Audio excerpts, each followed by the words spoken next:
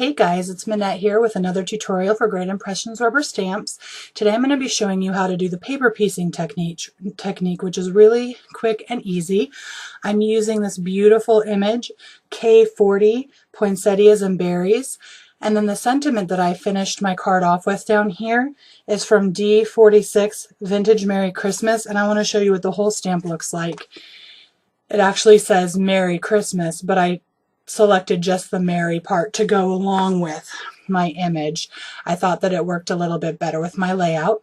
The reason that I'm choosing paper piecing, even though it's something that's relatively simple, I think it gives a nice depth. It just gives a little bit extra volume to your stamped image, and you can also do things like pop it up with dimensional foam, and it just makes it look a little bit more wow. And let me get in there so you can kind of see. It's just a subtle textured pattern paper, but you could do polka dots, you could do all sorts of fun things with this. So let me show you how to create this look. So the first thing you're going to do is you're going to take the piece of paper that you're actually creating as your focal point on your card, and you're going to take your stamp and ink it up really good with whatever color ink you want your outline to be.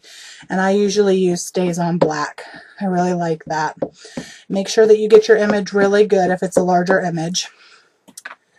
And then you're just going to stamp that onto your paper.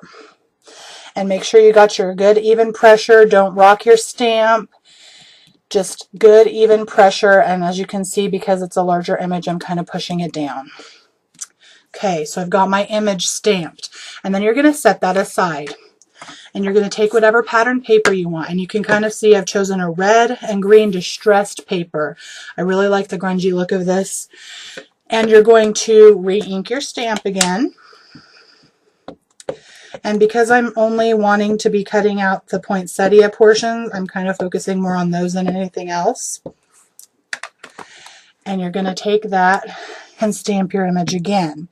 Even pressure again. You don't want to have any bouncy, blurred lines. Oop, sorry about that. And there you have your image stamped on the paper piecing part that you're going to cut out. So what I do when I'm cutting out something for paper piecing is I make sure that I cut inside of the outside line. Hopefully that makes sense. So I'm going to cut on the inside of this black line so that when I cut it out, this black line of the outside of the poinsettia will still be on the red paper. And the reason that I do that is because, let me show you the card again, it's easier to see the depth when I do that. I'm not sure if you can kind of tell, but you can see kind of this fall off ledge here from the poinsettia. So just a little bit of a tip, cut on the inside of the line. So, and I'm only careful when I'm cutting around on the inside, and I'm going to do a little bit and show you, and then I'll go off camera for a little bit and finish the whole thing because it does take a little time.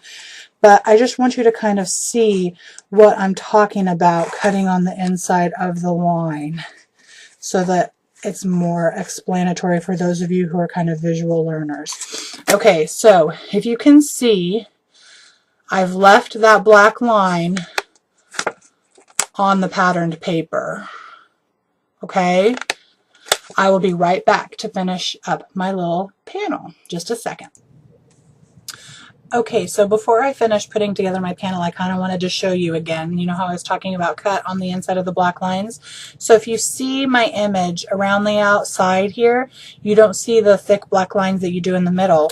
And if you look at the piece that I cut, they're kind of all still on there. So that's what I'm talking about. Leave your black lines from the outline on your pattern paper. And as you can see, I cut both of the flowers out together instead of separately because they're kind of conjoined. So once you get this part done, you don't really need this part, you can put that away. You're going to take your panel again, and you're going to take your pattern paper flowers, and you're going to put some adhesive on the back of them. And I'm just doing this real quick, but really it's probably a good idea to get all the little edges. Sorry, I'm kind of messing up my little white space I had going for me. Anyway, so you're going to take that, and you're just going to line it up with those black lines, and then you're going to stick it down. And look how nice that looks. Isn't that pretty? And like I said, leaving the black lines just gives it a little bit of that extra depth. You can kind of see how it falls off. And I know it probably isn't showing up very well on the screen, but in real life, you'll be able to see that little extra layer, and it just gives it extra depth. So let me show you my finished project one more time. Here's the card that I made. And the other thing I was going to tell you, so I colored my leaves in with some Spectrum Noir markers, but to get some yellow pearls, because I couldn't find any yellow pearls that I liked the color of, I colored those with Spectrum Noir markers as well. I like to do that, getting just white embellishments and coloring those in with alcohol markers or even Sharpies. Like if you have Sharpies, you can color any of your clear rhinestones or your white pearls, and they'll be the color that you want. And then also you can kind of see that my sentiment is shiny. I like to do that a lot. And basically all I've done is I've taken a Sakura clear glitter gel pen and traced over my sentiment to give it an extra little bit of glitz and glam. Anyway, that is it for me this week. I hope you enjoyed the paper piecing tutorial. Please take a little bit of time to try it out. It is so fun, and it's actually kind of addicting. It works well for lots of images, not just flower images. Little girls in dresses, making their dresses out of fun fabric type print paper is always cool.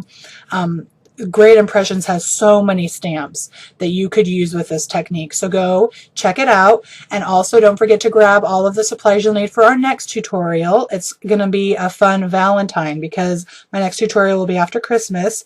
So I'm wishing you all a very Merry Christmas, Happy Hanukkah and Kwanzaa, and happy stamping. Until next time, friends. Bye.